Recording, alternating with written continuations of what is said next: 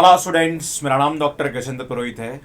CSIR net exam की तैयारी कर रहे हो तो यार आपको कुछ ना कुछ एक्स्ट्रा ज़रूर करना चाहिए। आप बोलोगे सर CSIR नेट की तैयारी करते तो हमें टाइम भी बहुत डेडिकेट करना पड़ता है, तो सर ये कैसे पॉसिबल है? भैया थोड़ा सा समय आप एक्स्ट्रा कुछ ना कुछ एक्टिविटी में ज़रूर निकालिए, सो दैट कि आप जब नेट एग्ज़ाम की तैयारी करोगे तो आपको एक तो प्रेशर नहीं रहेगा, और आप जब नेट एग्ज़ाम देने के बाद जब आप कहीं कॉलेज में पढ़ाने जाओगे या कहीं भी आप फ्यूचर में कुछ काम करना शुरू करोगे या रिसर्च करोगे तो कहीं ना कहीं उसका सपोर्ट आपके साथ हमेशा रहेगा। मैंने स्टूडेंट्स को देखा है जो CSIR नेट की तैयारी करते हैं और सिर्फ तैयारी ही करते हैं, इसके अलावा कुछ नहीं करते हैं।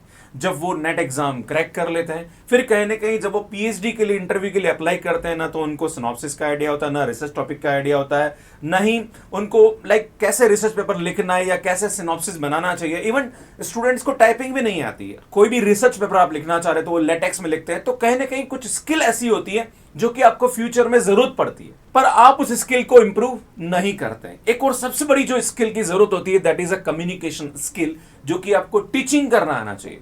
मैंने बहुत सारे स्टूडेंट्स के मैसेजेस देखे, सर मैं तो नेट JRF क्लियर हूँ, सर मैंने PhD भी ज्वाइन कर रखा, पर सब जब मैं इंटरव्यू देने जाता हूँ तो सर मेरा सिलेक्शन नहीं होता है। सर आजकल हायर एजुकेशन में कौन किसको हायर करता है, सर नेट करने के बाद कोई स्कोप नहीं है। भैया है, पर जब आप कहीं भी डेमो के लिए जा रहे हैं, कहीं भी आप नेट क्लियर है और आप कहीं इंटरव्यू देने जा रहे हैं, तो भैया वहां पे एक तो सबसे पहली चीज देखी जाती है आप में कम्युनिकेशन स्किल, मतलब आप अपने आप को कैसे वहां पे रिप्रेजेंट कर रहे हैं। उसके बाद दूसरा होता है डेमो, कि आप सब्जेक्ट को कैसे पढ़ा रहे हैं। भैया ये भी आपको आना चाहिए। स्टूडेंट जब नेट एग्जाम क्रैक करता है और उसको पढ़ाने का एक्सपीरियंस नहीं है, मतलब उसका कम्युनिकेशन स्किल नहीं है, ना इसमें कोई कॉन्फिडेंस है, तो भैया पढ़ाने जाओगे तो आप हिल जाओगे। मुझे बताओ कि आप आने वाले भविष्य में कॉलेज के असिस्टेंट प्रोफेसर बनने वाले हो, वहां पे बच्चे लगभग 18 से 19 साल वाले बच्चे आपके सामने बैठे हुए हैं, जो ग्रेजुएशन या पोस्ट ग्रेजुएशन के बच्चे हैं, उसको पढ़ाने के लिए वो कॉन्फिडेंस लेवल आप में होना चाहिए। एक और चीज जो स्टूडेंट में नजर आती है कि आप नेट एग्जाम की तैयारी कर रहे हो, आपको 9, 10, 11, 12 की जो बेसिक NCERT मैथमेटिक्स है यार वो नहीं आती है, वो कहीं ना कहीं आपको देखने की जरूरत, उस पर काम करने की जरूरत है। आपको 9, 10, 11, 12 का अगर बेसिक नहीं आता है तो भैया नेट एग्जाम की तैयारी करने का कोई तुक नहीं बनता है। तो आज मैं आपके सामने इस वीडियो के माध्यम से बताने की कोशिश करूंगा कि अगर आप MSc कर रहे हैं और साथ में नेट एग्जाम की तैयारी कर रहे हैं तो आपको किन किन चीजों पे काम करना चाहिए। अगर आप MSc कर चुके हैं और नेट एग्जाम की तैयारी कर रहे हैं तो आपको क्या क्या ऐसा एक्स्ट्रा प्रिपेयर करना चाहिए, सो दैट कि आप नेट एग्जाम क्रैक करो, उसके बाद आपको ज्यादा दिक्कतों का सामना ना करना पड़े। तो सुन शुरू करते हैं। सबसे पहले बात करेंगे कि जो भी स्टूडेंट MSc अभी कर रहे हैं और साथ में नेट एग्जाम की तैयारी कर रहे हैं तो आपको पहले क्या करना चाहिए। देखो, सबसे पहले तो आपको अगर बाई चांस कहीं पढ़ाने का मौका मिल रहा है या कहीं एज अ डाउट सॉल्वर का मौका मिल रहा है, या फिर कहीं ऐसा है कि आप अपने ग्रुप स्टडीज कर रहे हैं या कहीं फ्रेंड्स को पढ़ा रहे हैं या फिर आपके जूनियर को भी पढ़ा रहे हैं, ऐसा अगर मौका मिलता है तो आपको जरूर करना चाहिए। दूसरा यहाँ पे कि अगर कहीं आपको प्राइवेट स्कूल में टीचिंग का ऑप्शन मिलता है, आजकल मिल जाते हैं ना, कहीं भी आप प्राइवेट स्कूल में जाएंगे वहां पे आप 1-2 घंटे क्लास ले सकते हैं कि बेटी का अगर आप MSc कर रहे हैं, आपको हो सकता है वहां पे 1 घंटे के लिए या 2 घंटे के लिए कोई हायर कर ले। अगर ऐसा कहीं मौका मिल रहा है तो आपको कर लेना चाहिए। MSc के बाद भी आप थोड़ा सा समय निकाल सकते हैं। या MSc रनिंग में आपको लगता है कि सर मेरे कॉलेज में इतना टाइम नहीं मिलता है, बहुत सारे ऐसे कॉलेजेस भी होते हैं जहां पर रेगुलर क्लासेस चलती है, तो फिर ये ऑप्शन आपके लिए नहीं है। कुछ ऐसे कॉलेज भी जहां पर रेगुलर क्लासेस नहीं चलती है, खाली MSc में बस कुछ टाइम आप 1-2 घंटे क्लास होती है, उसके बाद फिर आप फ्री हो, तो आपको ये जरूर करना चाहिए। और अगर आपके कॉलेज में क्लासेस नहीं चलती है तो प्लीज मुझे कमेंट करके जरूर बताना। दूसरा यहाँ पे कम्युनिकेशन स्किल बहुत जरूरी है, आपको इंप्रूव करना चाहिए। एक्स्ट्रा को करिकुलर एक्टिविटीज है उस पर पार्टिसिपेट करना चाहिए। कम्युनिकेशन स्किल का मतलब ये नहीं कि आपका इंग्लिश अच्छा होना चाहिए, इंग्लिश तो ठीक है, पर आप कोई भी बात अपनी एक्सप्रेस कर रहे हो वो आपको सही तरीके से करना आना चाहिए, राइट। तो ये बहुत जरूरी होता है, आपको कहीं ना कहीं एक्स्ट्रा इस पे काम करना शुरू करना चाहिए। दूसरा, आपको बेसिक कंप्यूटर कोर्स करना चाहिए। अगर आपको बिल्कुल कंप्यूटर चलाना नहीं आता, बहुत सारे बच्चे ऐसे भी होते हैं जो MSc कर रहे होते हैं पर उनको कंप्यूटर ढंग से चलाना नहीं आता, right. Word, PowerPoint, Excel पे काम करना सही से नहीं आता, भाई आपको करना सीखना चाहिए, आपको आना चाहिए। इवन आपको यहाँ पे इक्वेशन एडिटर पे काम करना भी आना चाहिए। जब भी आप कहीं स्कूल में टीचर बनोगे या कॉलेज में टीचर बनोगे, आपको सबसे पहले क्वेश्चन पेपर सेट करने के लिए बोला जाएगा, भैया एक काम करो, 9th क्लास का एग्जाम है, आपको क्वेश्चन पेपर बनाना है। भैया क्वेश्चन पेपर में इक्वेशंस होती है, आप कैसे टाइप करोगे, भैया आपको आना चाहिए ये सब चीजें, है ना। या कहीं कॉलेज में भी जा रहे हो, कॉलेज में भी आपको अल्टीमेटली पेपर सेट करना पड़ेगा, तो ये सब चीजें होनी चाहिए। इवन प्राइवेट कॉलेज में तो ये सब चीजें होती है। मेरे को भी जब शुरू में जब मैंने MSc मैथमेटिक्स किया, उसके बाद जब मैंने नेट किया और उसके बाद मैं कॉलेज में पढ़ाने गया, तो यार मुझे नहीं आता था ये सब चीजें, मुझे बड़ी मेहनत करने के बाद इन सब चीजों को सीखना पड़ा। पर वो समय अलग था, वो 2004-5 की बात है। अभी तो भैया लेटेस्ट टेक्नोलॉजी आ चुकी है, तो यार ये सब चीजें तो आपको आनी ही चाहिए। तो ये इस पे काम करना शुरू करिए। अगर आप कॉलेज में एमएससी कर रहे हैं और साथ साथ में कहीं आपको रिसर्च प्रोजेक्ट पे काम करने का मौका मिल रहा है, या कोई पीएचडी स्कॉलर है जिसके साथ आपको कम्युनिकेट करने का टाइम मिल रहा है, तो आपको थोड़ी सी इन्फॉर्मेशन इसके बारे में लेनी चाहिए कि भैया मैं फ्यूचर में अपना पीएचडी करूंगा तो मुझे क्या काम करना चाहिए, भैया सिनॉप्सिस कैसे लिखता है, रिसर्च टॉपिक को कैसे यहाँ पे सेलेक्ट करते हैं, आप कैसे काम कर रहे हो, राइट। ये थोड़ा सा आपको काम करना चाहिए, और तब होगा जब आप कहने के आप अपने मेंटर्स और सीनियर से रेगुलर बेसिस पे डिस्कशन करेंगे। तो अगर आप एमएससी कर रहे हैं और साथ में नेट एग्जाम की तैयारी कर रहे हैं, तो भैया फ्यूचर में तो आप पढ़ाने जाने वाले हो, आपको पीएचडी करना है, तो यार ये तो आपको करना ही चाहिए। अगर ये नहीं करोगे तो फिर कैसे करोगे, राइट। दूसरा, आपको लेटेक्स सीखना चाहिए। आजकल जितने भी रिसर्च पेपर अगर आप लिखोगे फ्यूचर में तो लेटेक्स पे लिखोगे, तो यार ये भी आपको करना चाहिए। कहीं भी आपको कॉन्फ्रेंसेस हो रही है या वर्कशॉप्स हो रही है जहां पर एमएससी वाले स्टूडेंट्स पार्टिसिपेट कर रहे हैं, भैया आपको भी करना चाहिए। कैसे लोग अपना पेपर रिप्रेजेंट करते हैं, कैसे लोग रिसर्च पेपर लिखते हैं, कैसे वहां पे पेपर प्रेजेंटेशन होता है, ये सब चीजें आपको वहां पे सीखनी चाहिए। बाकी जो भी एक्स्ट्रा को करिकुलर एक्टिविटीज होती है उस पर आपको पार्टिसिपेट करना चाहिए। जब आप को करिकुलर एक्टिविटी में पार्टिसिपेट करेंगे तो आपका कॉन्फिडेंस अच्छा होगा। आप फ्यूचर में कभी पढ़ाने जाओगे तो आपको कम से कम ये प्रॉब्लम नहीं होगी कि वहां पे आप हिलने लग गए और आपको आता सब कुछ है पर आप ढंग से एक्सप्रेस नहीं कर पा रहे हैं। बहुत सारे स्टूडेंट ऐसे होते हैं जो बहुत इंटेलिजेंट होता है, पर कहने के ये जो अपना कम्युनिकेशन स्किल है और जो कॉन्फिडेंस लेवल होता है उतना अच्छा नहीं होता, जिसकी वजह से कहने कहीं दिक्कतों का सामना करना पड़ता है। जब आप किसी भी प्राइवेट कॉलेज के अंदर आप असिस्टेंट प्रोफेसर के लिए अप्लाई करेंगे नेट एग्जाम देने के बाद, चाहे इंजीनियरिंग कॉलेज हो, चाहे बीएससी कॉलेज हो, चाहे बीसीए हो, चाहे एमबीए हो, या कोई भी कॉलेज हो, भैया सबसे पहले आपका देखा जाता है कॉन्फिडेंस, आपका एटीट्यूड और आपका जो किसी भी चीज को प्रेजेंट करने का तरीका। उसके बाद आपका सब्जेक्ट नॉलेज चेक किया जाता है। तो यार ये थोड़ा सा ध्यान दीजिएगा, है ना। कहने का मतलब ये है कि एमएससी मैथमेटिक्स करने के बाद अगर आप नेट कर रहे हैं या एमएससी केमिस्ट्री फिजिक्स या बायो, जिसके साथ भी आप नेट एग्जाम क्रैक कर रहे हैं, अगर आप कहीं भी पढ़ाने जा रहे हैं तो यार भैया वहां पे नॉलेज के साथ साथ आपका ये जो मैं बता रहा हूं ये स्किल कहीं ना कहीं काम आने वाला है, तो उस पर काम करना शुरू करिए। दूसरी बात होती है कि भैया ठीक है यार, अपना नेट एग्जाम क्रैक नहीं हुआ एमएससी के साथ, अब आपने ड्रॉप लिया है, एक साल पूरा फोकस कर रहे हो कि आपको नेट एग्जाम की तैयारी करनी है, तो यार साथ में आपको क्या करना चाहिए, क्योंकि कहीं ना कहीं आप खाली नेट एग्जाम पे फोकस कर रहे हो, कहीं ना कहीं एक प्रेशर रहता है कि यार नहीं हुआ तो फिर क्या। पर अगर आप ये सब चीजें जो मैं आपको बताऊंगा ये करेंगे तो यार आपको ये फील नहीं होगा यार कोई बात नहीं, मेरा नहीं हुआ ना, मैंने ये तो कर लिया, ये तो चीजें सीख ली, राइट। क्या क्या चीजें देखो बताता हूं मैं आपको। सबसे पहला पॉइंट यहां आता है refer to the good books. देखो सबसे पहले तो आपको पहले मैं कहना चाहूंगा कि अगर आप नेट एग्जाम की तैयारी मैथमेटिक्स के साथ कर रहे हैं या लाइफ साइंस जिसके साथ भी कर रहे हैं, यार आपको 9th 10th 11th 12th की एनसीईआरटी कर लेनी चाहिए। पहला तरीका तो आप खुद कर लो। दूसरा तरीका ये कि आपके आस पड़ोस में कोई बच्चा हो उसको पढ़ाना शुरू कर दो, अपने को फ्री में पढ़ाना, कोई पैसा नहीं चाहिए। भैया एक काम कर, 9th तू पढ़ रहा है, तेरे बेसिक्स कमजोर है, आ जाए घंटा में पढ़ाता हूं तेरे को। 10th 11th 12th इसकी मैथमेटिक्स आपको करनी चाहिए। दूसरी बात, अगर आप ड्रॉप ईयर ले रहे हो, कहने के आपको टेक्स्ट बुक को रेफर करना शुरू कर देना चाहिए, जैसे लीनियर अलजेब्रा, रियल, कॉम्प्लेक्स। अगर आप मैथ्स के स्टूडेंट है तो राइट, थोड़ा सा टेक्स्ट बुक को रेफर करना शुरू करें, क्योंकि आप ऑलरेडी एक साल की तैयारी पहले नेट की तैयारी कर चुके हो, आप नेट एग्जाम दे चुके हो, तो कहीं ना कहीं आप थोड़ा सा सब्जेक्ट पढ़ चुके हो, तो बुक आपको थोड़ा समझ में आना शुरू हो जाएगी, राइट। तो कहीं ना कहीं बुक को आपको अच्छे तरीके से रेफर करना चाहिए। दूसरा, रीड रिसर्च पेपर और जर्नल्स, है ना। आपको रिसर्च पेपर और जर्नल्स के बारे में थोड़ा सा देखो, अल्टीमेटली आप किसी का भी रिसर्च पेपर पढ़ोगे तो आपको समझ में नहीं आएगा, ये गारंटी है ना। पर अगर आपका थोड़ा सा भी इंटरेस्ट है कि जी यार मेरे को है ना रिंग थ्योरी पे इंटरेस्ट है, या मेरे को है ना ग्रुप थ्योरी पे इंटरेस्ट है, या मैं होमोमॉर्फिज्म या आइसोमॉर्फिज्म, कोई भी उससे रिलेटेड कोई आपको दिख रहा है कि यार लोगों ने क्या रिसर्च कर रखा है, क्या चीज नहीं कर रखी, कहीं ना कहीं आपको बहुत सारे ऐसे पेपर्स मिल जाएंगे, आप बहुत सारे लोगों की थीसिस मिल जाएगी। ऐसे बहुत सारी वेबसाइट्स है, जैसे शोधगंगा एक वेबसाइट है जहां से आप थीसिस देख सकते हो कि लोगों ने क्या रिसर्च कर रखा है। तो कुछ ना कुछ थोड़ा सा आपको इसके बारे में आइडिया होना चाहिए। बहुत सारे ऐसे YouTube चैनल है जहां पर लोगों ने सिनॉप्सिस कैसे लिखते हैं, रिसर्च प्रपोजल को कैसे बनाते हैं, इसके ऊपर काफी सारा कोर्स भी दे रखा है और काफी सारा फ्री कंटेंट भी अपलोड है, वहां से देखना शुरू करिए। और कहीं ना कहीं थोड़ा सा आपको इसके बारे में काम करना शुरू करिए। भाई ऐसा नहीं कि यार मेरा तो नेट एग्जाम अभी क्रैक ही नहीं हुआ, मैं काहे को दिमाग लगाऊं, ऐसा नहीं होता भैया। नेट एग्जाम क्रैक नहीं हुआ पर होगा ना, आगे तैयारी करोगे तो कभी ना कभी तो होगा, राइट। जब आप नेट एग्जाम क्रैक करोगे तो ये सब चीजें आपको फ्यूचर में करनी है।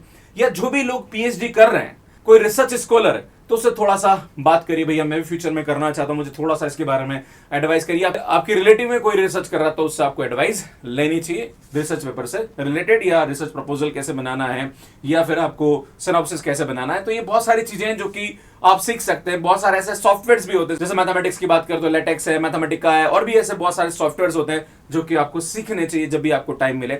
और आजकल ऑनलाइन इतनी अच्छी फैसिलिटीज अवेलेबल है कि आप बहुत सारी चीजें ऑनलाइन फ्री ऑफ कॉस्ट सीख सकते हैं। कम्युनिकेशन स्किल अगेन बहुत इंपॉर्टेंट होता है। अगर आप ड्रॉप ईयर है तो भी आपको कम्युनिकेशन स्किल पे तो काम करना ही चाहिए, अगर आपकी इतनी अच्छी नहीं है।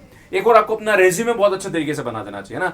एक तो आपके पास एक एप्लीकेशन होना चाहिए, जब भी फ्यूचर में आप कहीं भी टीचिंग जॉब के लिए अप्लाई करो तो एक एप्लीकेशन प्रॉपर तरीके से होना चाहिए।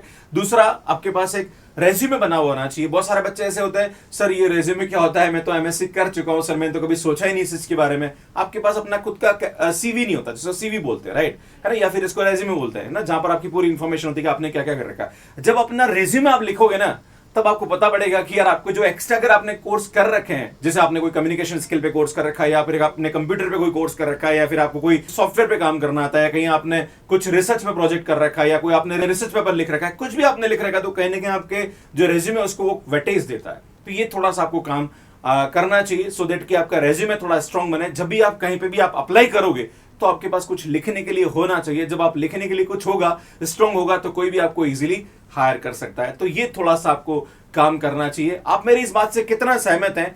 क्या आपका भी रेज्यूमे बना हुआ है या नहीं है, और आप सोच रहे इसके बारे में, तो आप मुझे कमेंट करके जरूर बताइएगा। आने वाले भविष्य में एक वीडियो जरूर बनाऊंगा कि कैसे आप इन सब चीजों पे काम कर सकते हैं, आपको कैसे रेज्यूमे राइट करना चाहिए, इसमें बहुत सारे लोगों ने काम कर रखा है, एप्लीकेशन कैसे आपको बनानी चाहिए। दूसरा, जो रिसर्च से रिलेटेड बहुत सारे कंटेंट इसको भी हम अपलोड करना चाहते हैं।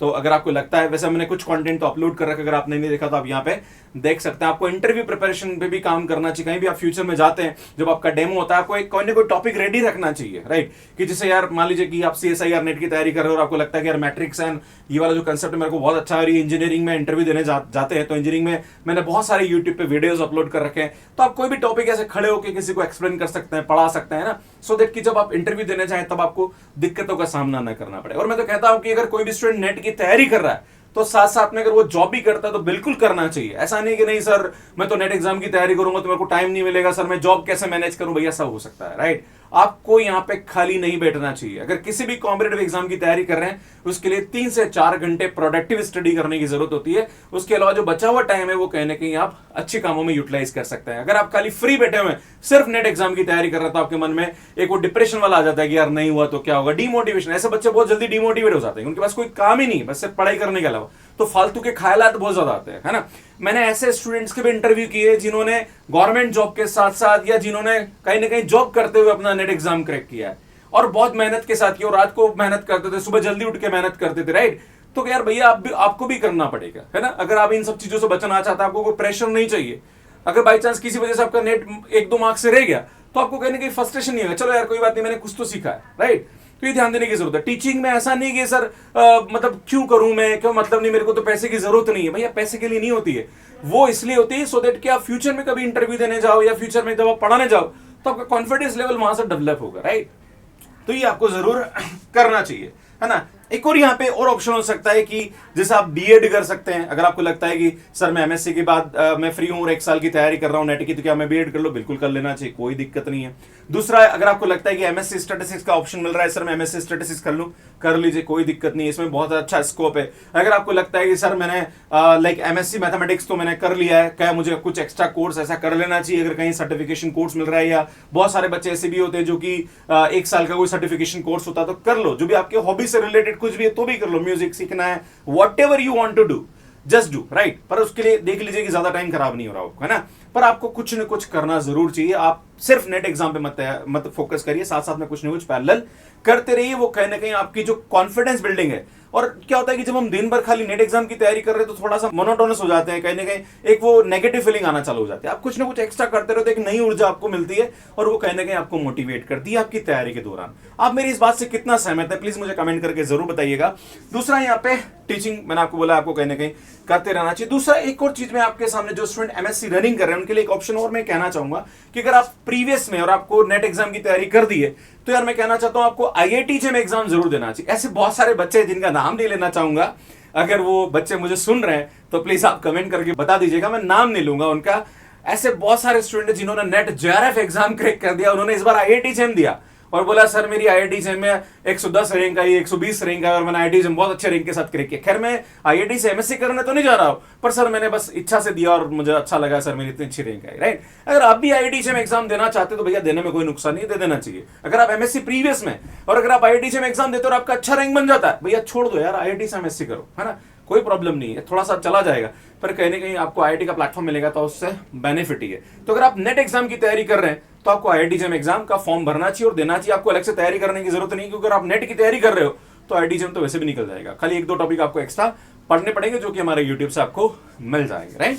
तो यार ये आपको ध्यान देने की जरूरत है। दूसरा, जो स्टूडेंट ड्रॉप लेना चाह रहे हैं, आपको लगता है कि सर यार है ना, मेरे को तो कोई टीचिंग का कुछ ऑप्शन नहीं मिल रहा है, यार तुम अपना खुद का यूट्यूब शुरू कर दो, है ना। जो भी टॉपिक आपने पढ़ा है उसको रिकॉर्ड करके अपने चैनल पे डाल दो। भाई नुकसान क्या है, फायदा ये कुछ ना कुछ कॉन्फिडेंस बनेगा आपको, है ना। खुद ही रिकॉर्ड करोगे, खुद ही चेक करोगे गलती तो नहीं कर रहा, आप खुद ही अपने में गलतियां निकालना शुरू कर दो, राइट। कुछ ना कुछ करते रहना चाहिए। इस वीडियो के माध्यम से सिर्फ यही कहना चाहता हूं। स्टूडेंट, अगर आप सीएसआईआर नेट की तैयारी मेरे साथ करना चाह रहे हैं तो यार अभी हमने वापस थोड़ा सा इसकी प्राइस कम करी क्योंकि एग्जाम आ गया है। तो 5999 में आपको हम कोर्स दे रहे हैं। स्टूडेंट, यहाँ पे लाइव रिकॉर्डेड पीडीएफ डीपीपी सब कुछ आपको मिल जाएगा। अगर आप टीचिंग सीखना चाहते हैं, आप मेरी क्लासेस ज्वाइन कर लीजिए। आपको टीचिंग कैसे करनी चाहिए कहने के आपको सिखा दूंगा मैं। अगर आप जून एंड दिसंबर की तैयारी करना चाह रहे हैं तो आप 10,999 का कोर्स हमसे ले सकते हैं। और मैं उन स्टूडेंट से कमेंट चाहूंगा जिन्होंने मेरा कोर्स लिया और कहीं ना कहीं टीचिंग कर रहे हैं कि हाँ सर, आपके कोर्स से हमने टीचिंग जरूर सीखी है। अगर प्लीज ऐसा कुछ है तो मुझे कमेंट करके जरूर बताइएगा। अगर आप आईआईटी 2025 की तैयारी करना चाह रहे हैं तो 6,999 में हमारा कोर्स मिल जाएगा। 2023 के लिए 10,999। बाकी हमारी बुक्स है, ये फ्लिपकार्ट पे रीजनेबल प्राइस पे हमने अवेलेबल करा रखा है, इसको आप बाय कर सकते हैं। ये हमारा मैथ्स कैर पे जो कि एंड्रॉइड एंड आईओएस पे अवेलेबल है, इसको आप डाउनलोड कर लीजिए। ये हमारा टेलीग्राम है, यहाँ पे हमारी बहुत सारी अपडेट हम देते रहते हैं, इसको आप ज्वाइन कर सकते हैं। इस मैथ्स कैर पे कैसे सब्सक्रिप्शन लेना, इसका वीडियो आपको यहाँ जाके मिल जाएगा। सीएसआईआर नेट से रिलेटेड हमने बहुत सारे वीडियोस अपलोड कर रखे हैं, कैसे इसकी तैयारी करनी चाहिए, क्या वेटेज होता है, सब कुछ हमने बता रखा है। उसकी पूरी प्लेलिस्ट आपको यहाँ जाके मिल जाएगी। यहाँ पे जाके चैनल को सब्सक्राइब कर सकते हैं और यहाँ पे जाके ऐप को डाउनलोड कर सकते हैं। आप सभी का बहुत बहुत धन्यवाद। Thank you, bye bye.